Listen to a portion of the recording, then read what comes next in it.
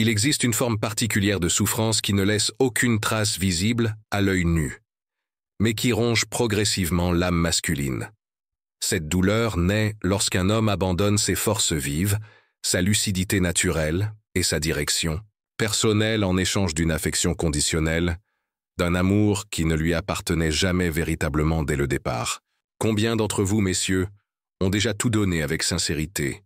Vous avez été loyaux, constamment présents, aimants et dévoués, et malgré cela, vous avez été écartés, trahis ou simplement oubliés, comme si votre existence n'avait jamais eu la moindre importance dans leur univers.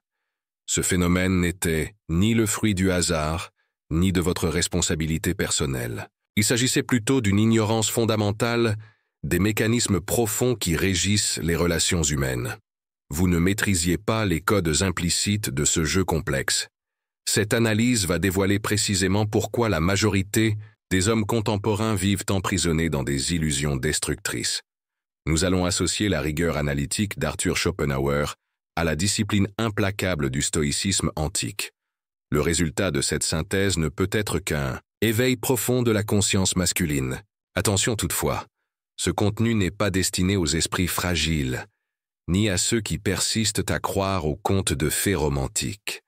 Il s'adresse exclusivement aux hommes déterminés à reconstruire entièrement leur mentalité, leur existence et leur identité à partir de vérités authentiques et non édulcorées. L'illusion romantique et les tromperies de la nature, messieurs, la grande majorité des hommes évoluent dans l'existence comme des somnambules, arborant un sourire artificiel et nourrissant des espérances plantées dans un terrain stérile. Ils considèrent le romantisme comme une forme de rédemption personnelle, perçoivent l'amour comme l'apogée de l'expérience humaine et placent systématiquement la figure féminine au centre de leur univers émotionnel. Ces hommes ne réalisent pas qu'ils avancent en souriant vers des pièges soigneusement dissimulés.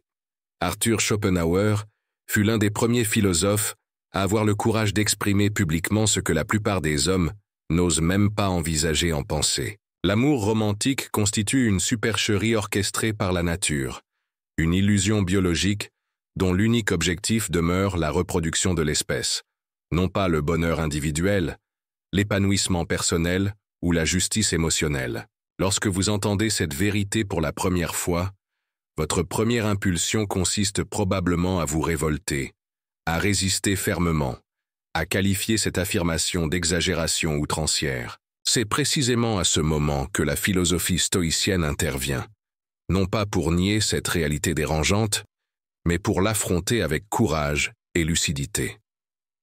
Marc Aurèle enseignait que l'art de vivre ressemble davantage à la lutte qu'à la danse. Qu'est-ce que cette lutte sinon la confrontation quotidienne avec des vérités difficiles à accepter? De la même manière que Schopenhauer a arraché le voile du romantisme idéalisé, le stoïcisme nous enseigne à observer ce qui existe réellement plutôt que ce que nous souhaiterions qui existe. L'amour tel que la société contemporaine nous le vend constitue un spectacle théâtral élaboré.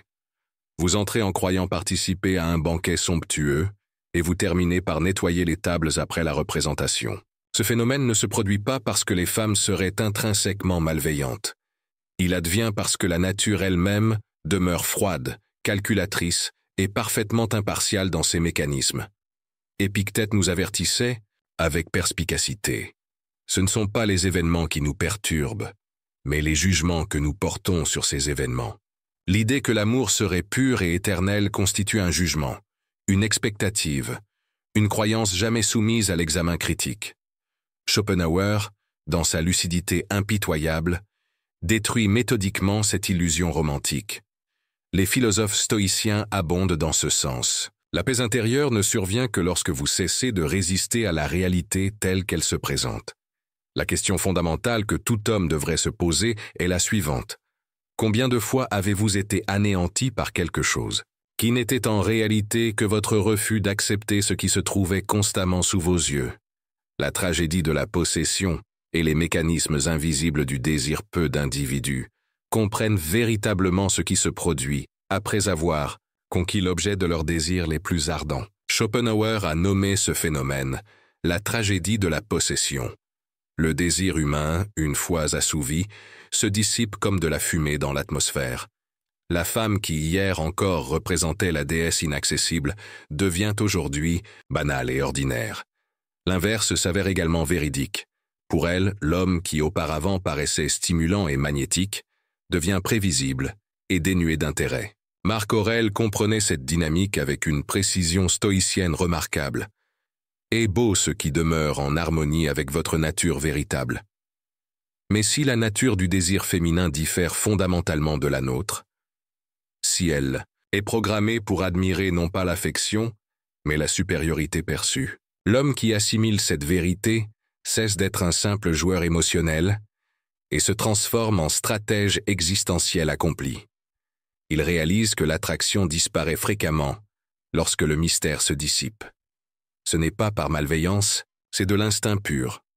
Sénèque écrivait avec justesse « La femme recherche toujours ce qui demeure au-delà de sa portée.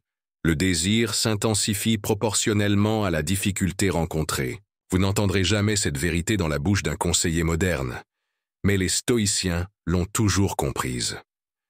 Ce qui s'obtient facilement perd inexorablement sa valeur. L'homme qui offre tout sans résistance, qui s'agenouille émotionnellement, en espérant être choisi, procède à sa propre annulation. L'acceptation de la réalité, impartiale, la partie la plus difficile à accepter demeure celle-ci. La nature ne se soucie aucunement de votre justice émotionnelle personnelle. Vous pouvez être fidèle, travailleur, honnête, et néanmoins être remplacé, trahi ou rejeté sans ménagement. Schopenhauer a perçu cette réalité avec une clarté saisissante. La femme n'aime pas selon la logique masculine, mais selon l'utilité qu'elle perçoit. Cette utilité demeure toujours liée au statut social, à la force, à la sécurité et au leadership naturel. De nombreux hommes confondent cette réalité avec de la méchanceté gratuite. Mais le stoïcisme propose une perspective différente. Observer la nature sans ressentiment personnel. Épictète enseignait « Ne désirez pas que les choses arrivent comme vous le souhaitez. Désirez qu'elles arrivent comme elles arrivent, et votre existence sera sereine. » En d'autres termes, si une femme vous quitte parce que vous avez cessé de progresser, de diriger, d'être admirable, il ne s'agit pas de cruauté, mais d'une réponse naturelle et prévisible. Vous avez perdu de la valeur dans le jeu biologique, fondamental, et ce jeu continue avec ou sans votre participation. De l'homme qui supplie à l'homme qui inspire, l'homme qui continue de vivre en croyant que la dévotion aveugle constitue le chemin vers l'amour véritable, demeure fondamentalement égaré. Il s'est transformé en serviteur émotionnel, en flatteur attendant perpétuellement l'approbation. Schopenhauer explique que la femme ne désire pas un serviteur dévoué. Elle aspire à quelqu'un qui inspire le respect et même une certaine crainte révérentielle. Quelqu'un qu'elle observe en se disant « Cet homme n'a pas besoin de moi, mais il m'a néanmoins choisi ». Marc Aurèle, bien qu'empereur tout-puissant, comprenait cette dynamique avec une perfection absolue. Il affirmait « La meilleure vengeance consiste à être différent de ceux qui vous ont blessé. L'homme qui a été trahi, remplacé ou ignoré n'a besoin ni de crier, ni de se victimiser. Il doit évoluer en silence, en force, en détermination. Le véritable stoïcien ne rivalise pas pour obtenir l'attention. Il vit de manière si alignée avec son essence authentique que l'attention devient inévitable. La transcendance du jeu et la liberté authentique en définitive, la plus grande tromperie que les hommes contemporains acceptent, consiste à croire que la validation féminine représente la récompense ultime de l'existence.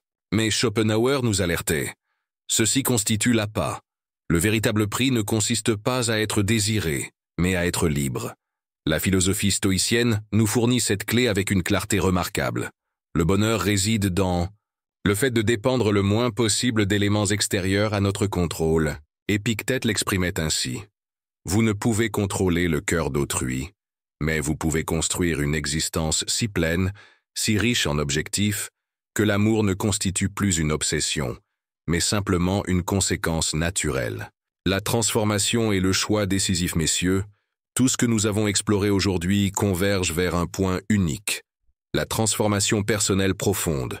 Vous disposez désormais de deux options fondamentales. Retournez à votre existence antérieure, caractérisé par la dépendance émotionnelle, la perte de direction et la rotation constante autour d'affections instables. Ou bien entamer votre reconstruction en tant qu'homme stoïcien. Solide, complet, autonome. Un homme qui ne dépend pas, qui ne supplie pas, qui ne vit pas à la merci de sa biologie ou de l'approbation féminine. Un homme qui gouverne ses instincts par la raison, qui construit sa liberté à travers ses choix délibérés, qui vit avec une présence si puissante qu'une femme l'observe, l'admire et comprend. Il n'a pas besoin de moi, mais si je ne demeure pas forte, je vais le perdre.